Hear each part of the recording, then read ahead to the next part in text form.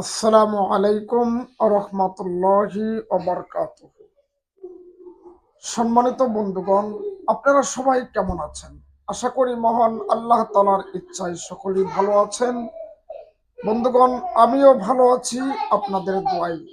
আপনারা দেখছেন কোরআনের বাণী ইউটিউব চ্যানেল। আমি হাফেজ মাহমুদুল হাসান মোরসালিন আপনাদের সাথে আছি নতুন একটি আমলের ভিডিও নিয়ে। বন্ধুগণ, আমলের ভিডিও হলো কিভাবে আপনি হারানো জিনিস ফিরে পাবেন। হারানো জিনিস ফিরে পাওয়ার আমল, অর্থাৎ চোর ধরার আমল আমি দিয়েছিলাম, এবং হারানো জিনিস ফিরে পাওয়ারও আমল আমার চ্যানেলে দিয়েছি। আর একটি নতুন হারানো জিনিস, নতুন আমল নিয়ে আসলাম হারানো জিনিস ফিরে পাওয়ার। খুবই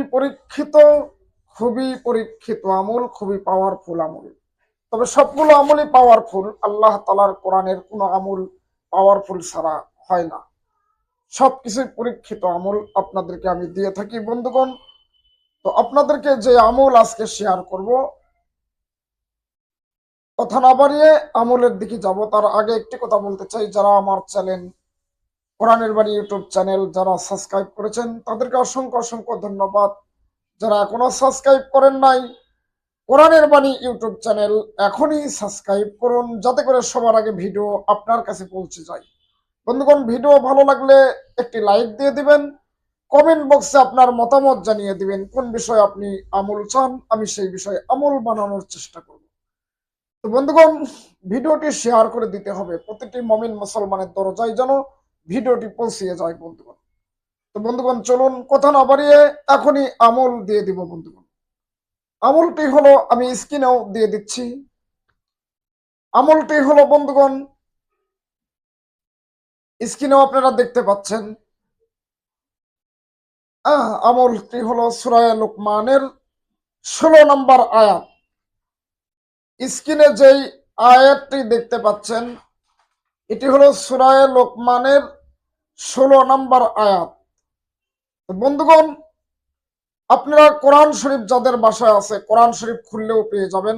সূরা লুকমান আয়াত নাম্বার 16। এই 16 নম্বর আয়াতের এই আয়াতটি কি করবেন, আপনি 119 বার আপনি পাঠ করবেন।